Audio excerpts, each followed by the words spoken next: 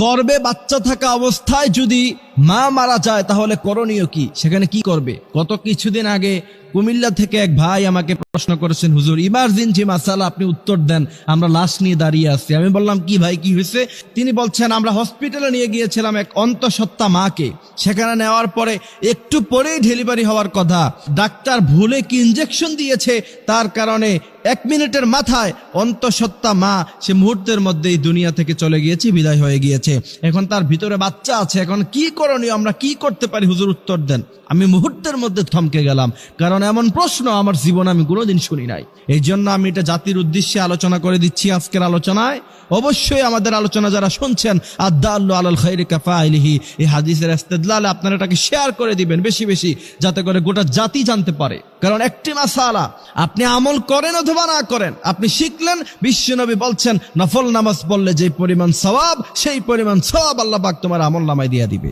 আমি অবাক হইছি যে এই প্রশ্ন তো কখনো পাই নাই। পরে আমি গবেষণা করে এটার উত্তর যেটা পেয়েছি, যদি সন্তান গর্ভে থাকা অবস্থায় কোনো মা মৃত্যুবরণ করে, যেহেতু এখন সায়েন্সের জামানা, যেহেতু এখন মেশিনারিজের জমানা, অবশ্যই চেক করে নিতে হবে সাথে সাথে যে বাচ্চা ভিতরে জীবিত আছে কিনা।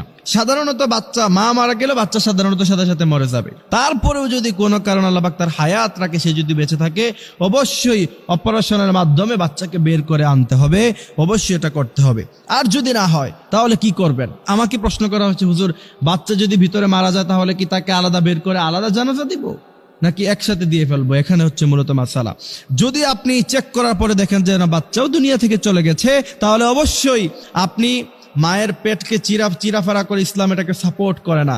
মৃত্যুর পরে পোস্টমর্টম যেটা করা হয় বর্তমানে, যদি একান্ত কোনো প্রয়োজন না পড়ে, সাধারণ কোনো কারণে পোস্টমর্টম করা, ইসলাম এটাকে জায়েজ করে নাই। যদি দেখেন যে বাচ্চাও ভিতরে মারা গেছে, মাও মারা গেছে, এমত অবস্থায় অবশ্যই দুইজনকে একসাথে জানাজা দিয়ে একই কবরে তাদেরকে দাফন করে দিতে হবে, বাচ্চা সেখান থেকে বের করা যাবে না। এই জন্য প্রিয় ভাইরা আমার, দুনিয়া নিয়ে এত আয়োজন, এত কিছু, অথচ একটু আগেই সেই বাবা জানতেন না, সেই স্বামী জানতেন না যে সে খুশিতে ছিল যে একটু পরে আমার সন্তান আসবে, আমি মানুষকে মিষ্টি খাওয়াবো, মিষ্টির টাকাটাও পকেটে এখনো পর্যন্ত আছে।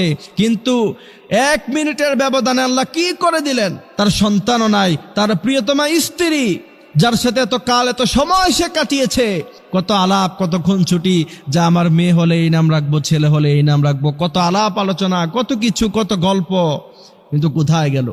1 মিনিটের মাথায় তার বাচ্চাও নাই, তার প্রিয়তমা স্ত্রীও নাই। এই জন্য প্রিয় ভাইয়েরা আমার, দুনিয়ার জীবনটা হচ্ছে ক্ষণস্থায়ী। এই ক্ষণস্থায়ী জীবন